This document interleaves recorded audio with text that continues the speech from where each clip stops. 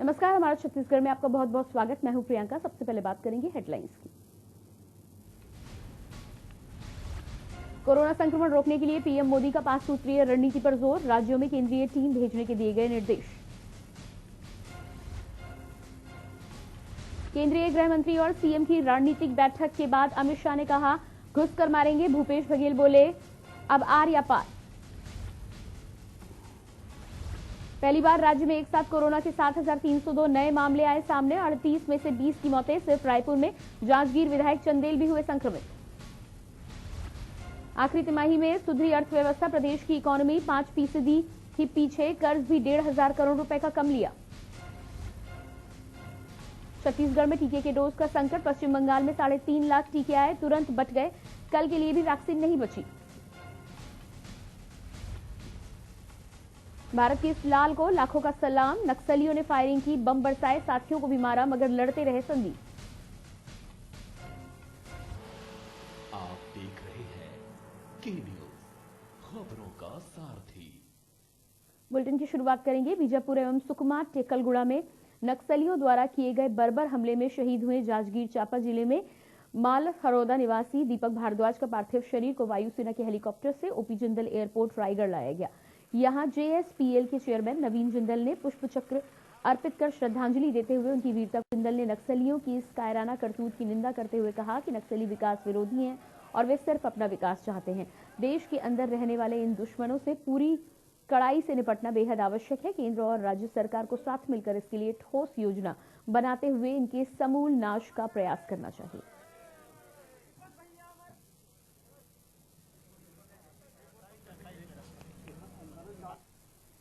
नकली के खिलाफ एक बड़ी कार्रवाई की गई।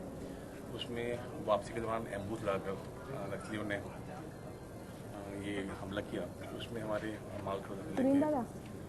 मालखोदा ब्लॉक के जो हमारे एएसआई थे दीपक भारद्वाज का, वो शहीद हो गए और उन्होंने आखिरी दम तक अपने साथ जवान थे उनके सभी की रक्षा करने का प्रयास किया और लगातार भिड़ते रहे। दुखद घटना हुई है और ऐसी दुखद घटनाएं जो हैं ये घटती रहती हैं और मुझे बहुत ज़्यादा दुख होता है कि हमारे देश के अंदर ही देश के दुश्मन बैठे हुए हैं और जो कि हमारे देश के जवानों को कभी एक बार में 10 लोगों को, कभी 20 को, कभी 50 को, कभी 75 को ये इस तरह से बेरहमी से मार देते हैं। और मैं नहीं समझता कि ये जो नक्सली हैं ये कोई विकास चाहते हैं, ये सिर्फ अपना विकास चाहते हैं, क्योंकि भारत सरकार भी और राज्य सरकार भी वो वहाँ पर जो भी प्रयास करती है विकास के, ये उसके अंदर भी बाधा पहुँचाते हैं। खबर बीजापुर से है, जहां नक्सली हमले में शहीद जवान दीपक भारद्वाज के पार्थिव शरीर के अंतिम दर्शन के लिए गृह ग्राम पिहरीद लाया जा रहा है और जांजगीर चांपा जिला के मालखरौदा ब्लॉक के पिहरीद गांव में मातम छाया हुआ है। जनप्रतिनिधियों के साथ ही ग्रामीण शहीद जवान दीपक के घर पहुंचने लगे। दीपक के पिता ने अपने जवान बेटे की शहादत को नमन किया है। उन्होंने ये भी कहा है कि दीपक शुरू से ही प्रतिभावान छात्र रहा है, लेकिन आज की परिस्थिति और शासकीय नौकरी की कमी को देखते हुए उसे पुलिस में भर्ती होने के लिए प्रेरित किया गया। दीपक ने पहले ही अटेम्प्ट में एसआई की परीक्षा पास कर ली और छत्तीसगढ़ के कई थानों में अपनी सेवाएं भी दी।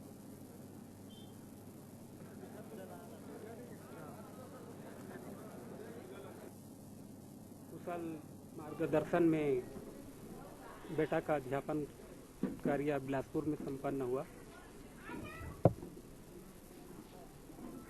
बेटा बहुत पढ़ना लिखना चाहता था, मगर जमाने को ध्यान में रख के मैं ही उसको ना जल्दी विज्ञापन कुछ भी नौकरी का निकलता था तो भरने के लिए प्रेरित करता था।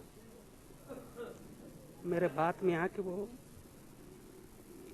फार्म भरा सब इंस्पेक्टर का और एक ही प्रयास में चयन हो गया उसका।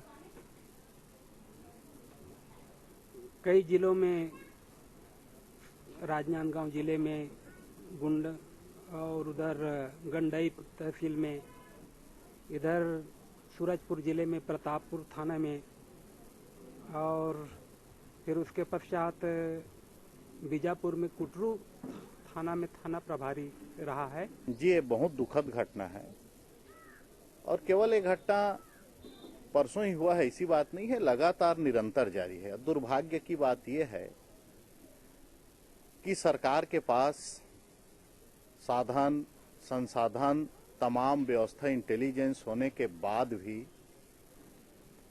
ये नक्सलाइट को समाप्त नहीं कर पा रहे हैं, आतंकवाद को समाप्त नहीं कर पा रहे हैं, तो कहीं न कहीं सरकार के नियत पे शंका तो है।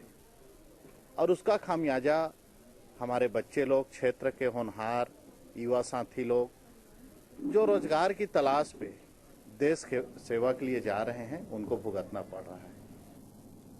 पर्यावरण प्रदूषण के नियमों को दरकिनार कर बेधड़क कारखानों से निकलने वाले अवशेषों को जलाया जा रहा है, जिसके चलते पर्यावरण प्रदूषित तो हो ही रहा है, साथ ही निकलने वाली आग की लपटों से आसपास के कारखाने व पेड़ पौधों पर आग फैलने का खतरा भी बना रहता है।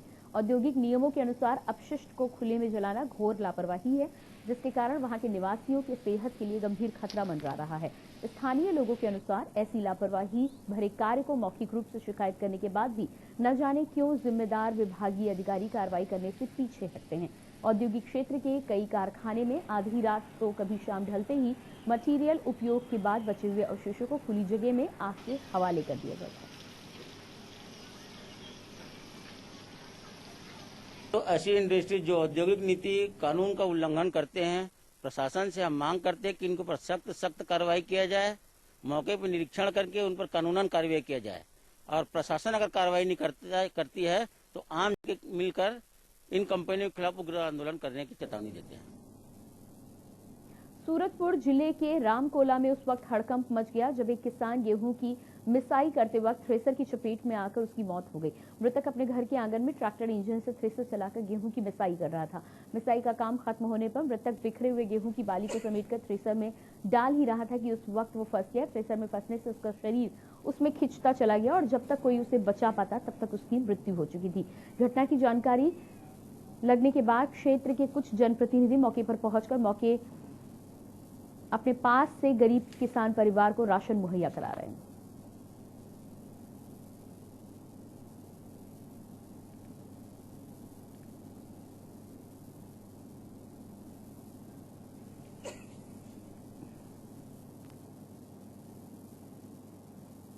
बिलासपुर नगर निगम के जोन क्रमांक 6 में 4 नए वार्डों में डोर टू डोर कचरा कलेक्शन के लिए महापौर रामशरण यादव ने गाड़ियों की शुरुआत ने जोन क्रमांक 6 में डोर टू डोर कचरा कलेक्शन के लिए गाड़ियों का पूजन कर कचरा कलेक्शन का शुभारंभ कर दिया।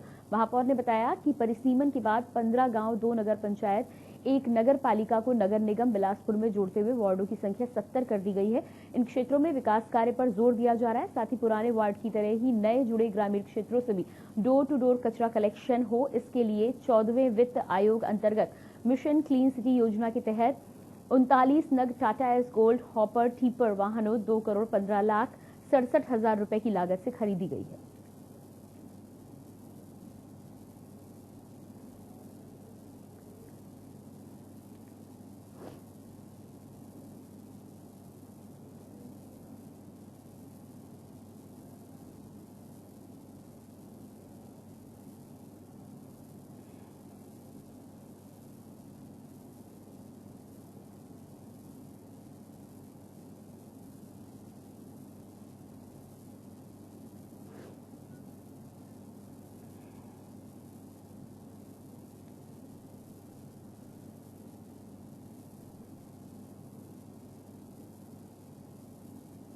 छत्तीसगढ़ के बीजापुर के जंगलों में नक्सली हमले में शहीद हुए 23 जवानों को श्रद्धांजलि देने के बाद होम मिनिस्टर अमित शाह ने माओवाद के खिलाफ जंग तेज करने की बात की है। शहीद जवानों को श्रद्धांजलि देने के बाद अमित शाह ने राज्य के CM Bhupesh Baghel, IB, CRPF और पुलिस के अफसरों के साथ मीटिंग की। बैठक के बाद अमित शाह ने कहा कि इस घटना के बाद नक्सलवाद के खिलाफ लड़ाई को हम और तीव्र करेंगे और अंत तक जाएंगे। मैं शहीदों के परिजनों से ये कहना चाहता हूं कि आपके भाई, बेटे या पति ने देश के लिए जो भी बलिदान किया उसे कभी भुलाया नहीं जा सकेगा।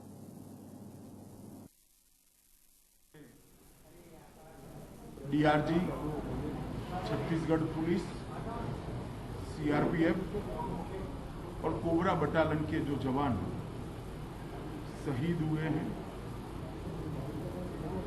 उनको मैं भारत सरकार की ओर से, पूरे देश की ओर से, देश के प्रधानमंत्री श्री नरेंद्र मोदी जी की ओर से श्रद्धांजलि देता हूं। उनका ये सर्वोच्च बलिदान व्यर्थ नहीं जाएगा। ये लड़ाई को निर्णायक मोड़ पर पहुंचाने के लिए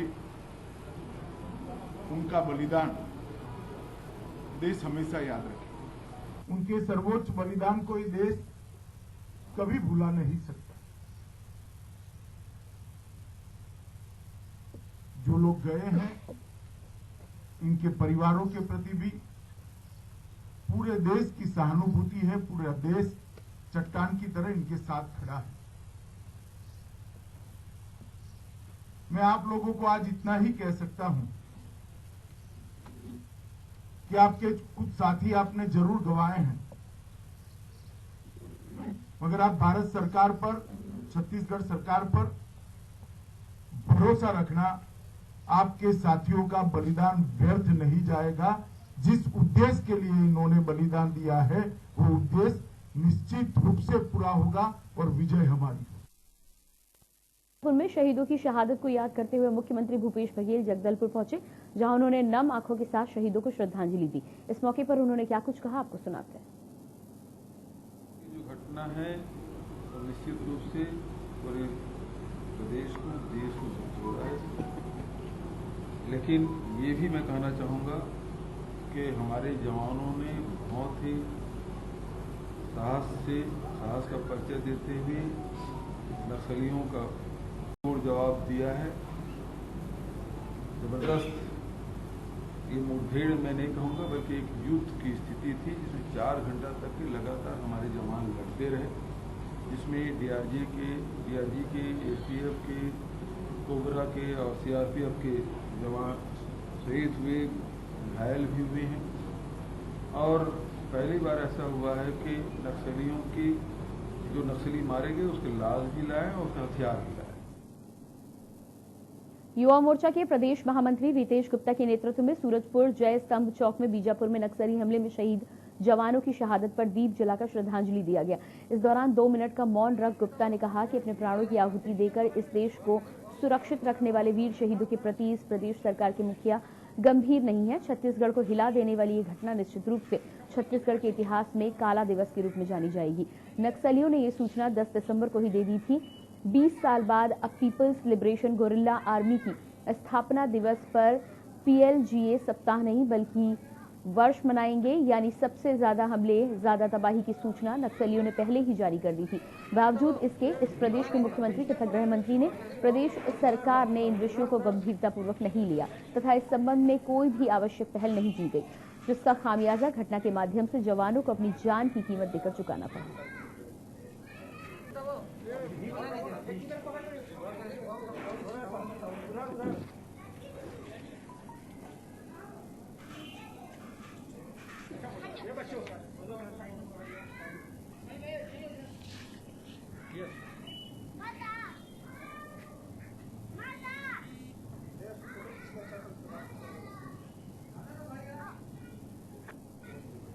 आपको जानकारी होगी कि अभी छत्तीसगढ़ के बीजापुर में 23 हमारे जवान शहीद हो गए हैं।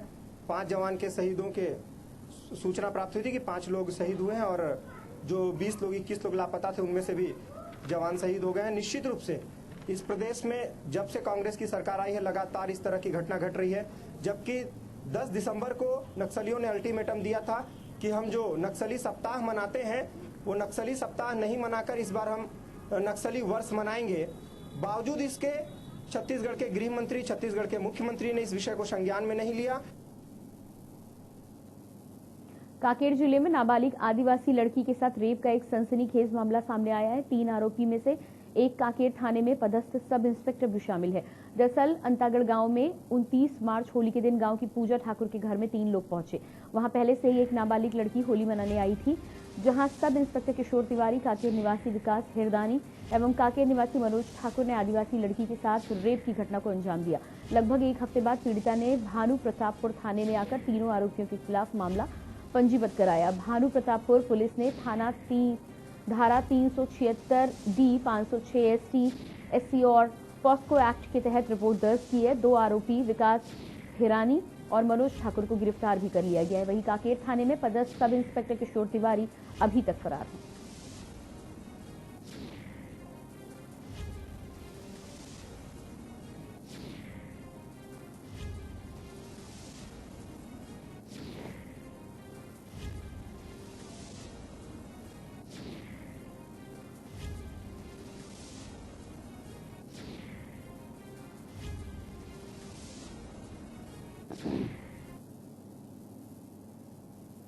छत्तीसगढ़ जिला राजनांदगांव में स्थित ग्राम अली खूटा के वीर शहीद जगत राम कंवर आरक्षक जिला बीजापुर में पुलिस और माओवादी के बीच हुई मुठभेड़ में नक्सलियों से लोहा लेते हुए शहीद हो गए, जिनका पार्थिव शरीर उनके गृह ग्राम अली खूटा थाना डोगरगांव जिला राजनांदगांव लाया गया, जिन्हें सलामी पश्चात दाह संस्कार किया गया। इस अवसर पर प्रभारी मंत्री मोहम्मद अकबर, विधायक दलेश्वर साहू, महापौर श्रीमती हेमा देशमुख तथा जिले के कलेक्टर प्रोफेसर वर्मा, पुलिस अधीक्षक श्री श्रवण एवं शासन व प्रशासन के अधिकारी कर्मचारीगण, गणमान्य जनों व ग्रामीण जनों द्वारा वीर शहीद को श्रद्धा सुमन अर्पित कर श्रद्धांजलि दी गई।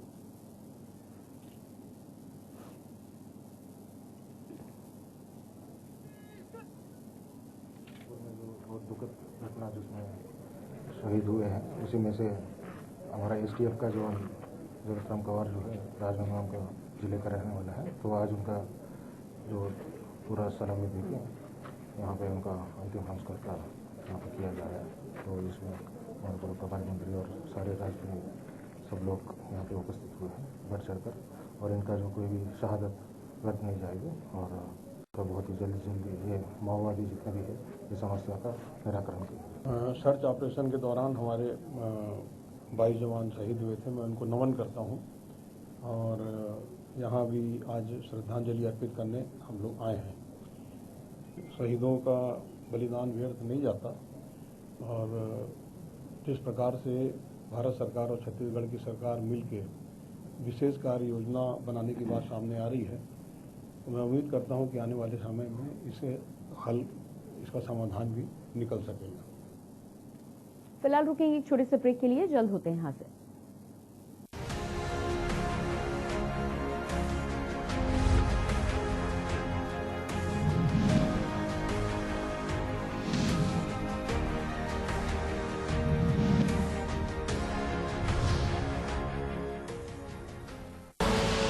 आप देख रहे हैं के न्यूज, खबरों का सारथी।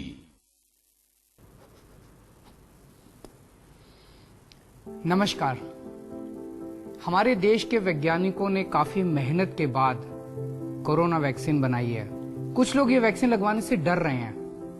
मैं उन्हें बताना चाहता हूं कि ये वैक्सीन पूरी तरह से सेफ है। मैं खुद एक शुगर का मरीज हूं और मेरे माँ बाबूजी काफी बुजुर्ग हैं। मैंने ये वैक्सीन खुद भी लगवाई है और अपने माँ बाबूजी को भी लगवाई है। ये वैक्सीन पूरी तरह से सुरक्षित है। इसलिए मैं आपसे अपील करना चाहता हूं कि अगर आप वैक्सीन लगवाने के लिए एलिजिबल हैं तो वैक्सीन जरूर लगवाइए। सभी सरकारी केंद्रों में ये वैक्सीन बिल्कुल मुफ्त है। मुझे आपकी सुरक्षा की बहुत चिंता है। अब कोरोना की वैक्सीन आ गई है। अगर अब भी हम वैक्सीन ना लगवाएं और हमें कोरोना हो जाए तो ये तो ठीक नहीं होगा ना। तो अगर आप वैक्सीन लगवाने के लिए एलिजिबल हो तो तुरंत जाकर वैक्सीन लगवाओ। और एक जरूरी बात, वैक्सीन लगवाने के बाद भी मास्क पहने, बार बार हाथ धोएं और सोशल डिस्टेंसिंग का पालन करते रहें। जय हिंद।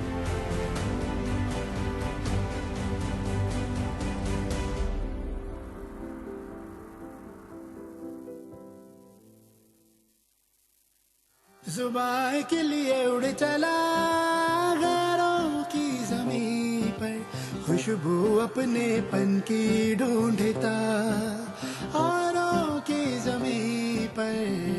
मेरी माटी की ये जुबान, मेरी माटी की ये जुबान है मुझसे दूर मीलों दूर, पर ये दिल है कि चख रहा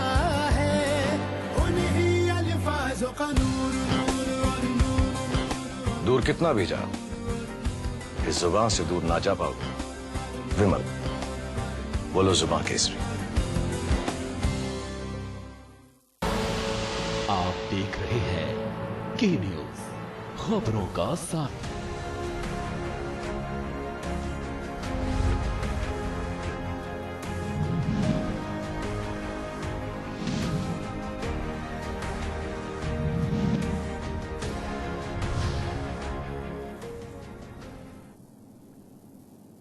ब्रेक के बाद स्वागत है। बात करेंगे अगली खबर की। खबर जांजगीर चांपा से है, जहां कोरोना के बढ़ते मामले को लेकर नगर पालिका चांपा के वार्ड क्रमांक 13, 17, 21 और 23 के चिन्हांकित क्षेत्र कंटेनमेंट जोन घोषित कर दिए गए हैं। कलेक्टर एवं जिला दंड अधिकारी यशवंत कुमार ने आदेश जारी किया है। बता दें कि कोरोना संक्रमित व्यक्ति पाए जाने पर कंटेनमेंट जोन घोषित किए जाने का फैसला ले लिया गया है।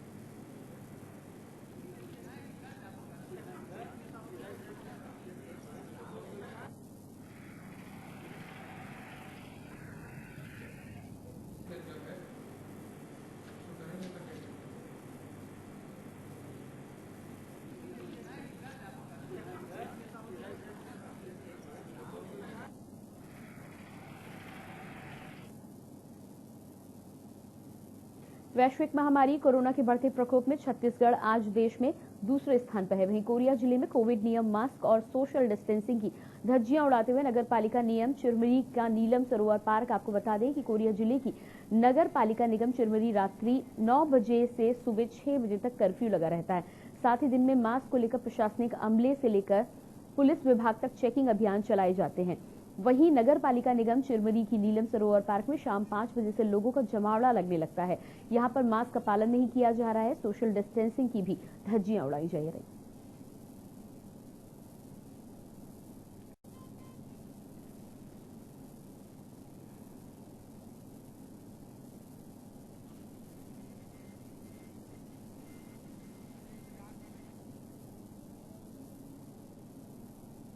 अभी कोरोना वायरस के चलते नाइट कर्फ्यू भी लगाया गया है। प्रशासन का नियम अभी चालू किए हैं। निश्चित रूप से इसका पालन करना सभी जनमानस में हित के लिए होगा और जहां पालन नहीं किया जा रहा है निश्चित रूप से प्रशासन की कमी है और गवर्नमेंट भी हमारे कांग्रेस सरकार की है।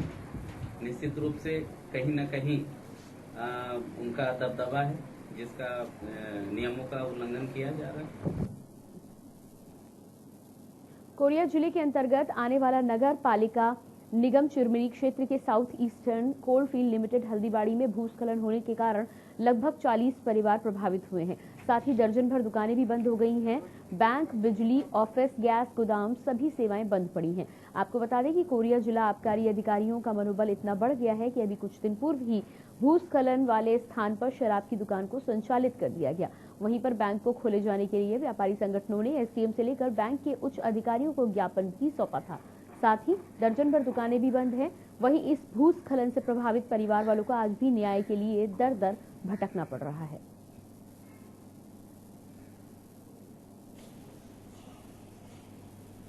देखिए, निश्चित रूप से हल्दीबाड़ी और चिरमिरी क्षेत्र के लिए वो दुखद घटना थी। भूस्खलन हुआ जिससे निश्चित रूप से वहां पर रह रहे निवासियों के लिए जान माल का खतरा था और शासन ने इस तुरंत ऐसा आदेश दिया कि यहां से इन लोगों का मकान खाली करा दिया जाए और जो शासकीय वहां पर संस्थाएं थी जैसे स्टेट बैंक, बिजली विभाग, गैस गोदाम एवं शराब भट्टी, इसको बंद करा और एटीएम जो बहुत महत्वपूर्ण चीजें थी इनको तत्काल बंद कराया कि वहां से जल्दी से वहां से हटा दिया जाए, नहीं तो लोगों की जान माल का खतरा है। खबर कांकेर से है, जहां बीजापुर नक्सली हमले में शहीद हुए पंडरी पानी के शहीद रमेश जुर्री का पार्थिव शरीर उनके पैतृक गांव पहुंचा। शहीद को राजकीय सम्मान के साथ नम आंखों से अंतिम विदाई दी गई। शहीद के अंतिम विदाई कार्यक्रम में आला अधिकारियों, कलेक्ट्रेट सहित कई प्रतिनिधि मौजूद रहे।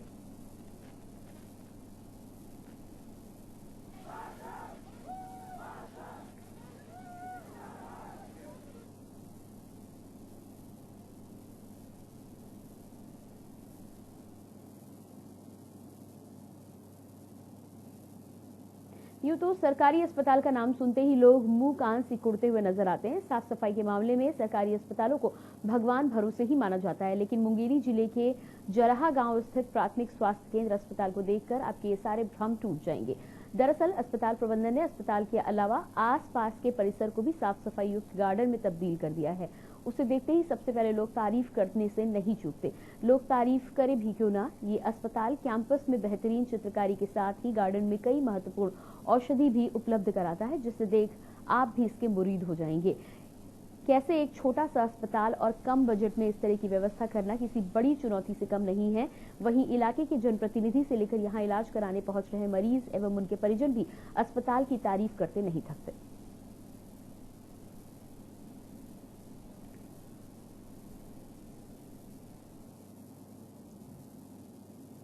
और फिलहाल इस बुलेटिन में इतना ही। बाकी खबरों के लिए बने रहिए के न्यूज इंडिया के साथ। नमस्कार।